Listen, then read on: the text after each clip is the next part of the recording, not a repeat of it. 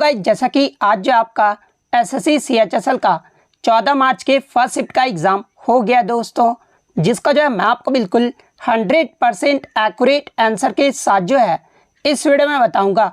तो देख लेते हैं कि किस प्रकार के जो है आज आपके 14 मार्च के फर्स्ट शिफ्ट के एग्ज़ाम में जो है प्रश्न पूछे गए हैं। उससे पहले एक बात और दोस्तों कि जिन्होंने भी अगर चैनल को सब्सक्राइब नहीं किया है तो एसएससी सीएचएसएल एग्ज़ाम से रिलेटेड पल पल की अपडेट के लिए जो है चैनल को सब्सक्राइब जरूर कर दीजिएगा और बगल में ही आपको एक बेल आइकन यानी घंटे का निशान भी दिख रहा होगा, तो आप उसे भी जो है जरूर प्रेस कर दीजिएगा। तो चलिए वीडियो को स्टार्ट करते हैं। तो आज का जो आपका पहला क्वेश्चन आया था कि माजुली नदी द्वीप ये जो है किस राज्य में स्थित है। तो देखिए ये जो आपका माजुली नदी द्वीप है ना, ये आपका असम में ब्रह्मपुत्र नदी पर स्थित है। तो असम आपका यहाँ पे करेक्ट आंसर होगा। इसके अलावा मैं आपको बता दूं कि ये जो आपका माजुली द्वीप है ना, ये आपका विश्व का सबसे बड़ा नदी द्वीप है। तो ये फैक्ट भी आपको ध्यान में रखना है। नेक्स्ट क्वेश्चन आपका यहाँ पे आया था कि टोक्यो ओलंपिक 2020 में भारत ने जो है टोटल कितने पदक जो है वो जीते थे। तो देखिए टोक्यो ओलंपिक 2020 की बात कर ले तो भारत ने जो है इसमें टोटल जो है वो 7 मेडल जीते थे, जिसमें 1 गोल्ड, 2 सिल्वर और 4 जो था वो आपका ब्रॉन्ज मेडल था। और भारत के पायदान की बात कर ले तो देखिए टोक्यो ओलंपिक 2020 में भारत जो है 48वें पायदान पे रहा था। तो 7 मेडल आपका यहाँ पे करेक्ट आंसर होगा। इसके अलावा मैं आपको बता दूं कि टोक्यो ओलंपिक 2020 में आपके उद्घाटन समारोह के जो आपके ध्वजवाहक रहे थे ना, ये आपके मैरी कॉम और मनप्रीत सिंह रही थी। वहीं अगर समापन समारोह के ध्वजवाहक अगर पूछ ले तो देखिए समापन समारोह के जो ध्वजवाहक रही थी ना, ये आपके बजरंग पूनिया रहे थे। तो ये फैक्ट भी आपको ध्यान में रखना है। इसके अलावा 2020 के टोक्यो ओलंपिक के मेडल टेबल की बात कर ले तो देखिए पहले पायदान पे जो आपका यूनाइटेड स्टेट यानी अमेरिका रहा था। अमेरिका ने जो टोटल 113 पदक जीते थे, जिसमें 39 गोल्ड, 41 सिल्वर और 33 जो था वो आपका ब्रॉन्ज मेडल था। सेकंड पायदान की बात कर ले तो सेकंड पायदान पे जो आपका चाइना देश रहा था। चीन ने जो है टोटल 89 पदक जीते थे, जिसमें 38 गोल्ड, 32 जो था वो आपका सिल्वर मेडल था और 19 जो था वो आपका ब्रॉन्ज मेडल रहा था। और तीसरे पायदान की बात कर ले तो तीसरे पायदान पे जो है आपका जापान देश रहा था। तो ये फैक्ट भी आपको ध्यान में रखना है। नेक्स्ट क्वेश्चन आपका यहाँ पर रहा था कि which of the following games is not included in Tokyo Olympic, यानी निम्नलिखित में से कौन सा खेल जो है टोक्यो ओलंपिक में शामिल नहीं किया गया था। तो देखिए मैं आपको बता दूं कि आपके ऑप्शन में जो है क्रिकेट ऑप्शन में दिया गया था। तो देखिए क्रिकेट खेल को जो है टोक्यो ओलंपिक में शामिल नहीं किया गया है, या फिर किसी भी ओलंपिक में जो है क्रिकेट को शामिल नहीं किया गया है। तो क्रिकेट आपका यहाँ पे करेक्ट आंसर होगा। इसके अलावा मैं आपको बता दूं कि टोक्यो ओलंपिक 2020 में आपके 5 नए खेल जो है वो जोड़े गए थे। और वो 5 नए खेल कौन कौन से थे। तो पहला आपका सर्फिंग खेल था, सेकंड आपका स्पोर्ट क्लाइंबिंग था, थर्ड आपका स्केट बोर्डिंग था, फोर्थ आपका बेसबॉल और 5वां जो था ये आपका कराटा था, जो कि 5 खेलों को जो वो आपका शामिल किया गया था। तो ये फैक्ट भी आपको ध्यान में रखना है। नेक्स्ट क्वेश्चन आपका यहाँ पर था कि भारतीय संविधान के किस भाग में जो है मौलिक अधिकार यानी फंडामेंटल राइट्स का जो वर्णन है ना, ये आपका किया गया है। तो देखिए मौलिक अधिकारों का जो वर्णन है ना, ये आपका भाग 3 और अनुच्छेद 12 से 35 में जो वो किया गया है। तो भाग 3 आपका यहाँ पे करेक्ट आंसर होगा।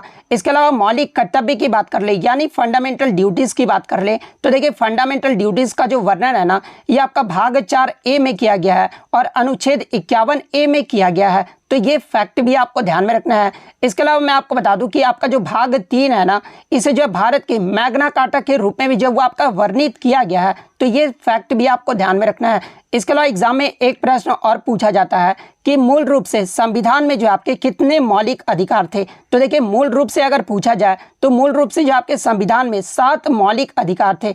अगर वर्तमान में पूछा जाए कि वर्तमान में मौलिक अधिकारों की संख्या कितनी है, तो वर्तमान में जो आपके 6 मौलिक अधिकार है। और 6 मैं इसलिए बोल रहा हूँ ना क्योंकि मूल रूप से जो आपका संपत्ति का अधिकार था, पहले ये मौलिक अधिकार था, लेकिन आपका संपत्ति के अधिकार को 44वें संविधान संशोधन अधिनियम 1978 के द्वारा जो है मौलिक अधिकार की सूची से जो है इसे हटा दिया गया था। और ये जो आपका अनुच्छेद 301 में कानूनी अधिकार जो इसे बना दिया गया है। तो ये फैक्ट भी आपको ध्यान में रखना है। तो वर्तमान में कितने मौलिक अधिकार है, तो आपके जो है 6 मौलिक अधिकार हैं। और वो 6 मौलिक अधिकार कौन कौन से हैं।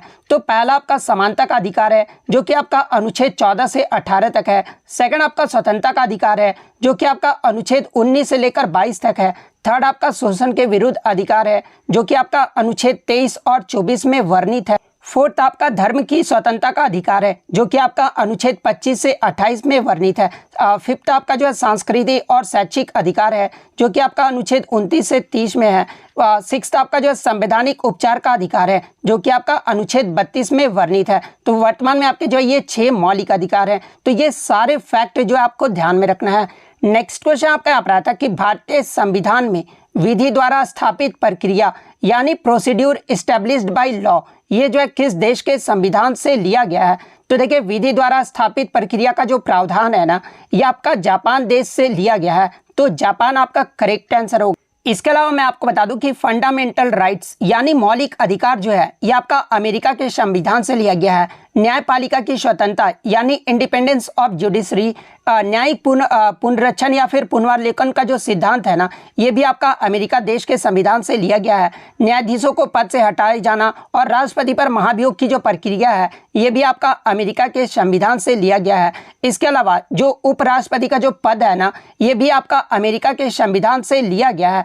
आयरलैंड के संविधान की अगर मैं बात कर लूँ तो देखिए, राज्यसभा के लिए सदस्यों का जो नामांकन का जो प्रावधान है ना, ये आपका आयरलैंड देश से लिया गया है। राज्य के नीति निर्देशक सिद्धांत यानी जो आपके डीपीएसपी है ना, ये आपका आयरलैंड के संविधान से लिया गया है। इसके अलावा जो आपके राष्ट्रपति के चुनाव का जो प्रक्रिया है, ये भी आपका आयरलैंड देश के संविधान से लिया गया है। तो ये सारे फैक्ट जो आप ध्यान में रखिएगा। नेक्स्ट क्वेश्चन आपका यहाँ पर आता है कि इनमें से कौन सा जो है असम का प्रसिद्ध त्योहार या फिर नृत्य है पूछा गया था? तो ऑप्शन में जो आपका बिहू जो है वो दिया गया था। तो देखिए, ये जो आपका बिहू है ना, ये असम राज्य का लोक नृत्य भी है और ये आपका प्रसिद्ध त्योहार भी है। तो बिहू आपका यहाँ पे करेक्ट आंसर होगा। इसके अलावा एग्जाम में एक प्रश्न और पूछा जाता है यहाँ से कि असम में कितने प्रकार के जो है बिहू मनाए जाते हैं? तो देखिए, असम में जो आपके 3 तरह के बिहू जो है वो आपके मनाए जाते हैं, जो 3 ऋतुओं के जो है वो आपके प्रतीक है। पहले बिहू की अगर मैं बात कर लूँ तो पहला जो बिहू है ना, ये आपका बोहाग बिहू, जिसे जो है रंगोली बिहू के नाम से भी जाना जाता है, और ये आपका अप्रैल में, चैत्र या बैसाख महीने में जो है ये आपका मनाया जाता है। सेकंड बिहू की अगर मैं बात कर लूँ तो देखिए, दूसरा जो आपका बिहू है ना, ये आपका काटी बिहू है, जिसे कंगाली बिहू भी कहा जाता है, और ये आपका कार्तिक महीने यानी अक्टूबर मंथ में जो है इस बिहू को मनाया जाता है। और तीसरा जो आपका बिहू है ना, ये आपका माघ बिहू है, जिसे भोगाली बिहू भी जो है ये आपका कहा जाता है, और ये आपका 14 जनवरी यानी मकर संक्रांति के दिन जो है इस बिहू को मनाया जाता है। तो ये सारे फैक्ट जो आप ध्यान में रखिएगा। नेक्स्ट क्वेश्चन आपका यहाँ पर आया था कि घूमर ये जो है किस राज्य का लोक नृत्य है? तो देखिए, मैं आपको बता दूं कि ये जो आपका घूमर है ना, ये राजस्थान के भील जनजाति का जो है एक पारंपरिक लोक नृत्य है, जो देवी सरस्वती की पूजा करने के लिए जो है इस नृत्य को भील जनजाति के द्वारा किया जाता है। तो राजस्थान आपका यहाँ पे करेक्ट आंसर होगा। नेक्स्ट क्वेश्चन आपका यहाँ पर आता है कि हाल ही में किस गाँव को जो है भारत का पहला सौर ऊर्जा संचालित गाँव जो है वो घोषित किया गया है? तो देखिए, मैं आपको बता दूं कि हाल ही में प्रधानमंत्री नरेंद्र मोदी के द्वारा गुजरात के मेहसाना जिले में एक गांव मोढेरा गांव को जो है भारत का पहला 24/7 सौर ऊर्जा संचालित गांव जो वो घोषित किया गया है। तो मोढेरा गांव आपका यहाँ पे करेक्ट आंसर होगा। और इससे पहले शिफ्ट में आपसे पूछा गया था कि मोढेरा जो ये गाँव है ना, ये किस राज्य में आता है? तो ये आपका गुजरात राज्य में आता है। नेक्स्ट क्वेश्चन आपका यहाँ पर आता है कि टोक्यो ओलंपिक्स में क्वालिफाई करने वाली पहली भारतीय तलवारबाज यानी फेंसर जो है ये कौन बनी है? तो देखिए, मैं आपको बता दूं कि टोक्यो ओलंपिक में क्वालिफाई करने वाली जो पहली भारतीय तलवारबाज बनी है ना, ये आपका भवानी देवी बनी है। तो भवानी देवी आपका यहाँ पे करेक्ट आंसर होगा। भवानी देवी ये जो किस राज्य से संबंधित है? तो ये आपका तमिलनाडु राज्य से संबंधित है। नेक्स्ट क्वेश्चन आपका यहाँ पर आया था कि which state has one the international travel award 2022 for the best destination for culture यानी संस्कृति के लिए सर्वश्रेष्ठ गंतव्य का जो अंतर्राष्ट्रीय यात्रा पुरस्कार है ना, ये 2022 किस राज्य ने जीता है? तो देखिए, मैं आपको बता दूं कि संस्कृति के लिए सर्वश्रेष्ठ गंतव्य का जो अंतर्राष्ट्रीय यात्रा पुरस्कार है ना, ये 2022 में पश्चिम बंगाल राज्य ने जीता है। तो वेस्ट बंगाल आपका यहाँ पे करेक्ट आंसर होगा। नेक्स्ट क्वेश्चन आपका यहाँ पर आता है कि आपका जो है कन्नौज के युद्ध में शेरशाह सूरी ने जो है हुमायूं को किस वर्ष हराया था? तो देखिए, अगर आपको पता होता कि कन्नौज का जो युद्ध है ये किस वर्ष लड़ा गया था, तो आप इजीली जो इसका टिक करके आ जाते। तो देखिए, मैं आपको बता दूं कि 1540 ईस्वी में कन्नौज, जिसे जो है बिलग्राम का युद्ध भी कहा जाता है, ये आपका हुमायूं और शेरशाह के मध्य लड़ा गया था, जिसमें शेरशाह ने जो है हुमायूं को जो है वो हरा दिया था। तो 1540 आपका यहाँ पे करेक्ट आंसर होगा। इसके अलावा बात कर ले हुमायूं के बारे में, तो देखिए ये जो आपका हुमायूं था ना, ये आपका बाबर का पुत्र था और इसने जो है बाबर की मृत्यु जो है 1530 में हुआ था और बाबर की मृत्यु के बाद जो है ये आपका जो है हुमायूं ने जो है राजगद्दी जो वो संभाली थी। इसके अलावा मैं आपको बता दूं कि चौसा का जो लड़ाई है ना, ये 1539 ईस्वी में जो है शेरशाह और हुमायूं के सेना के बीच जो वो लड़ा गया था, जिसमें शेरशाह जो वो आपका विजयी रहा था। तो ये चौसा की लड़ाई भी आप ध्यान में रखिएगा। इसके अलावा एग्जाम में एक प्रश्न और पूछा जाता है कि हुमायूंनामा जो पुस्तक है ना, ये किसके द्वारा लिखा गया था। तो देखिए हुमायूंनामा जो ये पुस्तक है ना, ये हुमायूं की बहन गुलबदन बेगम के द्वारा जो है इसकी जीवनी जो है वो लिखा गया था। इसके अलावा शेरशाह सूरी का जो है असली नाम पूछा जाता है। तो देखिए शेरशाह सूरी का जो असली नाम था ना, ये आपका फरीद था। तो ये फैक्ट भी आपको ध्यान में रखना। इसके अलावा बात कर ले इतिहास के अन्य महत्वपूर्ण लड़ाई के बारे में, जहां से एग्जाम में अक्सर प्रश्न पूछे जाते हैं, जैसे कि पानीपत की जो पहली लड़ाई है ये आपका 1526 में लड़ा गया था, जो कि बाबर और इब्राहिम लोदी के मध्य लड़ा गया था, जिसमें बाबर ने इब्राहिम लोदी को जो है वो हरा दिया था। सेकंड आपका खानवा का लड़ाई के बारे में पूछा जाता है। तो देखिए खानवा का जो लड़ाई है ना, ये आपका 1527 में लड़ा गया था और ये आपका बाबर और राणा सांगा के मध्य लड़ा गया था, जिसमें बाबर ने जो है राणा सांगा को जो वो हरा दिया था। इसके अलावा चंदेरी की लड़ाई पूछी जाती है। तो देखिए चंदेरी का जो युद्ध है ना, ये आपका 1528 में लड़ा गया था और ये आपका बाबर और मेदिनी राय के मध्य जो वो लड़ा गया था और इसमें भी जो है बाबर ने मेदिनी राय को जो वो हरा दिया था। फोर्थ आपका घाघरा का युद्ध पूछा जाता है। तो ये आपका 1529 में लड़ा गया था, जो कि बाबर ने महमूद लोदी और सुल्तान नुसरत शाह को जो है घाघरा के युद्ध में हरा दिया था। तो ये फैक्ट भी आपको ध्यान में रखना है। इसके अलावा पानीपत का जो दूसरा लड़ाई है ना, ये आपका 1556 में लड़ा गया था और ये आपका अकबर और हेमू के मध्य लड़ा गया था, जिसमें अकबर ने जो है हेमू को जो है पराजित कर दिया था। तो ये फैक्ट भी आप ध्यान में रखिएगा। इसके अलावा आप कमेंट करके जवाब दीजिएगा कि पानीपत का जो तीसरा युद्ध है ना, ये कब लड़ा गया था और किनके मध्य लड़ा गया था। ये जो आप कमेंट करके जरूर जवाब दीजिएगा। नेक्स्ट क्वेश्चन आपका यहाँ पर आता है कि कूका आंदोलन ये जो है किसने प्रारंभ किया था। तो देखिए अगर प्रारंभ पूछा गया था, तो देखिए कूका आंदोलन जो है ये भगत जवाहर मल के द्वारा जो वो प्रारंभ किया गया था, लेकिन बच्चे बता रहे थे कि नेतृत्व पूछा गया था। तो देखिए कूका आंदोलन का जो नेतृत्व है ना, ये आपका सतगुरु राम सिंह ने किया था। तो सतगुरु राम सिंह आपका यहाँ पे करेक्ट आंसर होगा। नेक्स्ट क्वेश्चन आपका यहाँ पर आता है कि जड़त्व के नियम यानी लॉ ऑफ इनर्शिया को जो है किस नियम के रूप में जो है वो जाना जाता है। तो देखिए जड़त्व के नियम को जो है ये आपका न्यूटन के पहले नियम के रूप में भी जो है इसे जाना जाता है। तो न्यूटन का पहला नियम आपका यहाँ पे करेक्ट आंसर होगा। और न्यूटन का पहला नियम क्या बताता है। तो देखिए न्यूटन का जो पहला नियम है ना, ये बताता है कि यदि कोई वस्तु स्थिर अवस्था में है तो वह तब तक जो है स्थिर रहेगा जब तक जो उस पर कोई एक्सटर्नल फोर्स यानी बाहरी फोर्स जो है वो नहीं लगेगा, तब तक जो वो वस्तु जो है वो आपका स्थिर रहता है। ये जो आपका न्यूटन का पहला नियम बताता है। न्यूटन के दूसरे नियम की बात कर ले तो न्यूटन का जो दूसरा नियम है वो आपका F=ma है और तीसरा जो न्यूटन का थर्ड लॉ है वो आपका गति प्रतिक्रिया से है। तो ये फैक्ट भी आपको ध्यान में रखना है। नेक्स्ट क्वेश्चन आपका यहाँ पर आता है कि the 7 since of being a mother ये जो पुस्तक है ना, ये किसके द्वारा लिखा गया है। तो देखिए the 7 since of being a mother ये जो पुस्तक है ना, ये ताहिरा कश्यप खुराना के द्वारा लिखा गया है। तो ताहिरा कश्यप खुराना आपका करेक्ट आंसर होगा। नेक्स्ट क्वेश्चन आपका यहाँ पर आता है कि पूर्वी घाट का जो विस्तार है ना, ये कहाँ से कहाँ तक है। तो देखिए पूर्वी घाट के विस्तार की बात कर ले तो ये आपका उत्तर पूर्व में महानदी की घाटी से लेकर दक्षिण में बंगाल की खाड़ी के समानांतर जो है ये नीलगिरी की पहाड़ियों तक जो ये आपका फैला हुआ है। तो ये आपका यहाँ पे करेक्ट आंसर होगा। नेक्स्ट क्वेश्चन आपका यहाँ पर आता है कि राष्ट्रीय संस्कृति महोत्सव 2022 की जो शुरुआत है ना, ये कहाँ से हुआ है। तो देखिए मैं आपको बता दूं कि राष्ट्रीय संस्कृति महोत्सव 26 और 27 मार्च 2022 को जो है आंध्र प्रदेश में राजमहेंद्रवरम आर्ट्स कॉलेज ग्राउंड से जो है इसकी शुरुआत की गई थी। तो आंध्र प्रदेश आपका यहाँ पे करेक्ट आंसर होगा। नेक्स्ट क्वेश्चन आपका यहाँ पर आता है कि MS पावर पॉइंट में न्यू स्लाइड इंसर्ट करने का जो शॉर्टकट कुंजी पूछा गया था।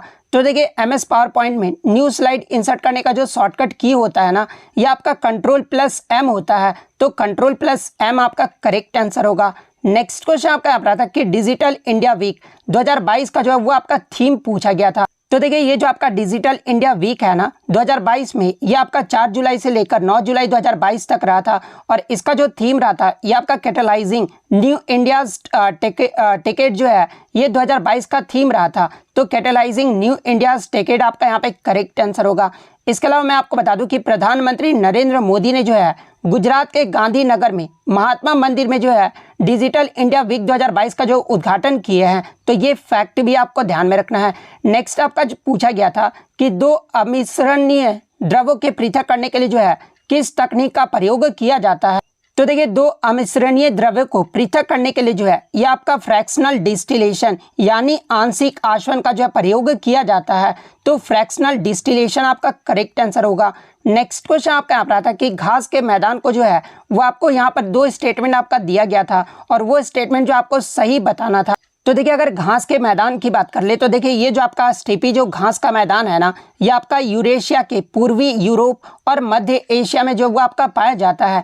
पंपास घास के मैदान की बात कर ले तो ये आपका दक्षिणी अमेरिका के उरुग्वे और अर्जेंटीना में पाया जाता है। तो आपका शायद एक ऑप्शन जो था वो आपका अर्जेंटीना का पंपास दिया गया था, तो ये स्टेटमेंट तो आपका सही दिया गया। इसके अलावा सवाना घास के मैदान की बात कर ले तो ये आपका पूर्वी अफ्रीका मुख्यतः सूडान में जो है ये आपका पाया जाता है। प्रेरी घास के मैदान की बात कर ले तो ये आपका उत्तरी अमेरिका और ये जो आपका कनाडा में पाया जाता है। विल्ड घास के मैदान की बात कर ले तो ये आपका दक्षिण अफ्रीका में पाया जाता है। लानोज घास के मैदान का विस्तार की बात कर ले तो इसका जो लानोज घास का मैदान का जो विस्तार है ना, ये आपका वेनेजुएला में है। इसके अलावा कैंपोस की बात कर ले तो देखिए कैंपास जो है ये ब्राजीलियन उच्च भूमि में जो है ये आपका है। सेल्वास की बात कर ले तो ये आपका अमेजन बेसिन में है। सेराडे की बात कर ले तो सेराडो जो है ये आपका ब्राजील का है। साहिल की बात कर ले तो आपका अफ्रीका में लाल सागर से अटलांटिक सागर तक है। वेल्ड की बात कर ले तो ये आपका दक्षिण अफ्रीका का जो है घास का मैदान है। तो ये सारे फैक्ट जो आपको ध्यान में रखना है। और आपका जो दूसरा ऑप्शन दिया गया था ना, आपका दूसरा ऑप्शन में जो है ब्राजील का जो है स्टेपी दिया गया था। तो देखिए ब्राजील का जो आपका क्या होता है, तो अभी मैंने आपको बताया कि ब्राजील का जो है आपका सेराडो या फिर कैंपास होता है, तो ना कि स्टेपी होता है। स्टेपी कहाँ का तो है, तो ये आपका पश्चिमी रूस और मध्य एशिया में जो है ये आपके घास के मैदान पाए जाते हैं। तो ये जो स्टेटमेंट था ना वो आपका गलत था, तो ये फैक्ट भी आप ध्यान में रखिएगा। एक आपका जो ऑड आउट फाउंड करना था, रीजनिंग में जो है ऑड वन आउट जो आपको फाउंड करना था, जिसमें आपका एक दिया गया था कि पटना का जो है बिहार है, यानी बिहार की राजधानी क्या है, तो ये आपका पटना है। सेकंड आपका गुजरात का जो है गांधीनगर दिया गया था। और यहाँ पर थोड़ा सा जो है बच्चों के द्वारा चेंज देखने को मिला था। बच्चों ने बताया कि कर्नाटक जो है ना वो इधर था और बेंगलोर जो था वो इधर था, तो ये फिर ऑड वन आउट हो जाएगा, क्योंकि आपका जो है पता है कि कर्नाटक की राजधानी क्या होता है, तो ये बेंगलोर होता है। लेकिन आपका जो है ये उल्टा दिया गया था, यानी कर्नाटक जो इधर कर दिया गया था और बेंगलोर को इधर कर दिया गया था। और असम की बात कर ले तो असम का जो राजधानी है वो आपका दिसपुर है। इसलिए ये ऑप्शन जिन्होंने भी ठीक किया होगा ना, उनका यहाँ पे सही हो जाएगा। तो इतने क्वेश्चन जो है आज मुझे बच्चों के द्वारा मिले थे, जो कि 100% रियल और ऑथेंटिक है। तो अगर वीडियो अच्छी लगी हो तो वीडियो को जो है लाइक ज़रूर कर दीजिएगा। और इसी तरह एसएससी के किसी भी एग्जाम का रियल एनालिसिस पाने के लिए जो है चैनल को सब्सक्राइब ज़रूर कर दीजिएगा। तो मिलते हैं नेक्स्ट वीडियो में, तब तक thank you, all the best.